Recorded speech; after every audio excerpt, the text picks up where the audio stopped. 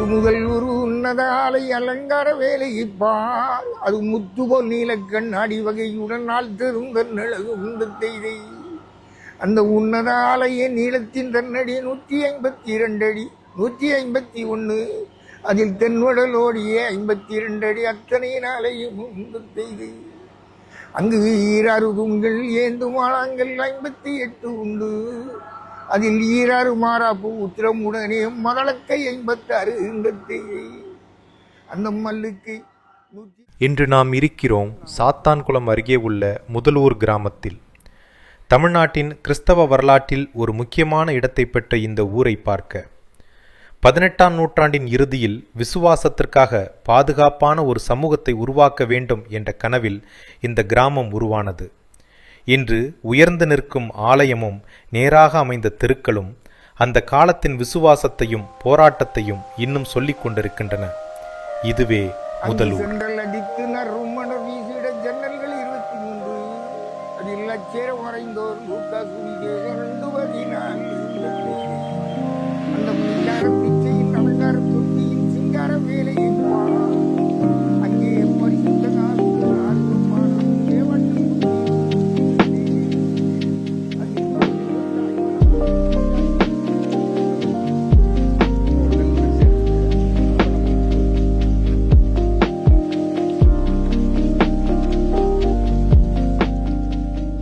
எங்கள் ஊர் பேர் முதலூர். இது சாத்தான்குளம் பக்கத்தில் ஒரு 7 கிலோமீட்டர் தொலைவில் இருக்கிற ஒரு சிறிய கிராமமாக இருந்தது. இன்றைக்கி ஒரு டவுன் அளவுக்கு அந்தஸ்து பெற்று இருக்கிறது. இந்த முதலூர் எப்போ உருவாக்கப்பட்டுச்சுன்னா 1799ஆம் ஆண்டு உருவாக்கப்பட்டுச்சு. இந்த கிராமம் உருவாவதற்கு காரணமாக இருந்தவர் டேவிட் சுந்தரானந்தம். அவர் தான் இந்த கிராமம் உருவாவதற்கு காரணமாக இருந்தவர். அவர் சிறு வயதில் அவருடைய தாய் தந்தையார் இறந்துட்டாங்க. அதனால் அவங்களுடைய அத்தை கொடுமை தாங்க முடியாமல் அவங்க என்ன பண்ணிட்டாங்க, ஸோ இங்கேருந்து கருப்பட்டி வியாபாரிகளுடைய தொடர்பில் அவங்க பல இடங்களுக்கு போய் அவங்க கடைசியில் தஞ்சாவூர் மாவட்டத்தில் தஞ்சாவூருக்கு போய் சேர்ந்தாங்க. அங்கே ஸ்குவாட்ஸ் ஐயர் அப்படிங்கிறவர் அவங்க தரங்கம்பாடியிலேருந்து அங்கே ஊழியம் செய்தவர். அவர் அந்த மகாராஜாவோடு நெருங்கிய தொடர்பில் இருந்ததுனால ஒரு சக்தி மிக்க ஒரு மிஷனரியாக அவர் இருந்தார். அவர் மூலமாக திருப்பிரசங்கத்தில் ஈர்க்கப்பட்டு அவர் டேவிட் சுந்தரானந்தம் கிறிஸ்தவ மதத்தை அவர் தழுவினார். இயேசு கிறிஸ்துவை இரட்சகராக அவர் ஏற்றுக்கொண்டார். அதுக்கப்புறம் பாளையங்கோட்டை பகுதியில் நாடார் சமுதாயத்தில் ஒரு உதவிக்கு ஒருத்தர் வேணும்னு சொல்லிட்டு கேட்டுக்கொண்டதின் பெயரில் டேவிட் சுந்தரானந்தம் அவர் என்ன பண்ணியிருக்கார், ஸ்குவாட்ஸ் ஐயர் அனுப்பி வச்சிருக்கிறாரு. அவர் இங்கே பாளையங்கோட்டையில் அவருடைய சொந்த ஊர் எந்த ஊரில் அத்தை கொடுமை தாங்க முடியாமல் அவர் போனாரோ அதே ஊருக்கு வந்திருக்காரு. அந்த ஊருக்கு சுவிசேஷத்தை சொல்லியிருக்கிறாரு. சில குடும்பங்கள் இயேசுவை ஏற்றுக்கொண்டிருக்கிறார்கள். பல கிராமங்களுக்கு அவர் ஊழியம் செய்திருக்கிறார். அந்த நாட்களிலே பிரிட்டிஷ் எதிர்ப்பு காரணமாக கிறிஸ்தவர்களுக்கு உபத்திரவம் இருந்துச்சு.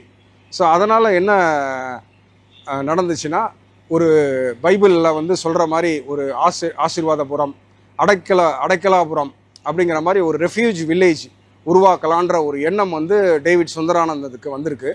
ஸோ அந்த அடிப்படையில் அவர் என்ன பண்ணுறாரு, 1799ஆம் ஆண்டு எவரட் அப்படிங்கிற ஒரு கமாண்டர் அவருடைய பெரிய தொகையை கொண்டு இந்த நிலப்பகுதியை அவங்க விலை கொடுத்து வாங்குறாங்க. பல பேர் சிறு சிறு தொகைகளை கொடுத்தாங்க, விலை கொடுத்து இந்த இடத்த வாங்குறாங்க. அந்த பகுதியில் 5 தெருக்கள் எப்படி இங்கிலாந்தில் எப்படி ஒரு 30 அடி அகலத்தில் நேராக எப்படி இருக்குமோ அந்த மாதிரி 5 தெருக்களை உருவாக்கி டேவிட் சுந்தரானந்தம் 1799ஆம் ஆண்டு இந்த ஊரை உருவாக்குறாங்க. அதன் பிறகு டேவிட் சுந்தரானந்தத்துக்கு அடுத்தபடியாக ஒரு சக்தி மிக்க ஒரு ஆளுமையாக இந்த முதலூரில் இருந்தவர் யாருன்னு பார்த்தா நார்மன் ஐயர் என்று அழைக்கப்படுகிறவர். அவர் இங்கிலாந்து தேசத்திலிருந்து இங்கே வந்தார். அவர் கால்டுவெல் ஐயர்கிட்ட அவர் கல்வி கற்றவர். அவருடைய சீடர் அப்படின்னு சொல்லலாம். அவர் இந்த பகுதிக்கு இந்த இடத்துல ஒரு சரியான ஆலயம் இல்லை, ஒரு கட்டிடம் இல்லை அப்படின்னு சொல்லிட்டு அவர் என்ன பண்ணுறாரு, அவரே டிசைன் பண்ணி அவரே எல்லாத்தையும் ஒரு பிரம்மாண்டமான ஆலயம் 2000 பேர் அமரக்கூடிய ஒரு பிரம்மாண்டமான ஒரு ஆலயம்.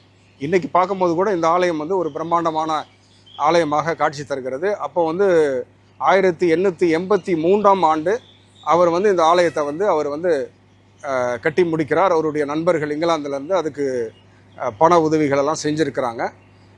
இந்த ஆலயம் வந்து 2000 பேர் அமரக்கூடிய ஒரு இடமாக இருக்கிறது. ஒரு குறிப்பு சொல்கிறது 1803ஆம் ஆண்டு வந்து 70 கிராமங்களிலிருந்து கிட்டத்தட்ட 5000 பேர் ஞானஸ்தானம் எடுத்ததாக சொல்லப்படுகிறது. இந்த வரலாறுகள் எல்லாம் வரலாற்று சிறப்புமிக்க ஒரு இடமாக எங்களுடைய முதலூர் கிராமம் வந்து இருக்கிறதுன்றது பெருமைக்குரிய விஷயம்.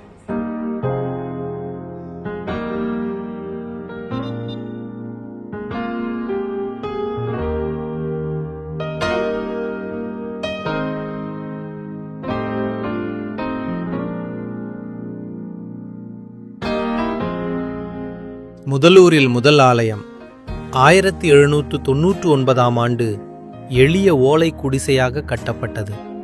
ஆனால் அந்த காலத்தில் ஏற்பட்ட தாக்குதல்களில் அது அழிந்தது. பின்னர் விசுவாசிகள் மீண்டும் ஆலயத்தை எழுப்பினர். இன்று நாம் காணும் இந்த பிரம்மாண்டமான ஆலயம் 1883ஆம் ஆண்டு ரெவரண்ட் H.P. நார்மன் அவர்களால் கட்டப்பட்டது.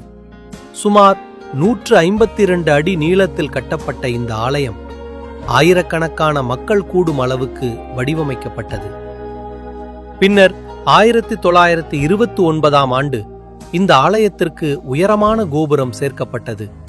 சுமார் 193 அடி உயரம் கொண்ட அந்த கோபுரத்தின் உச்சியில் தூரத்திலிருந்தே தெரியும் ஒரு தங்கச் சிலுவை பிரகாசமாக நிற்கிறது.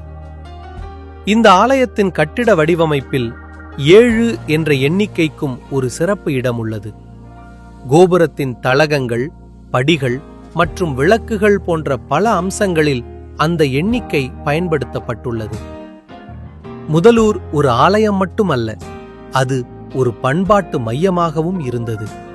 சிலம்பம், களியலாட்டம் போன்ற கலைகளும், ஆலயத்தை புகழ்ந்து பாடும் கோயில் பாட்டுகள் போன்ற மரபுகளும் இன்றும் இந்த ஊரின் வரலாற்றை நினைவுபடுத்துகின்றன.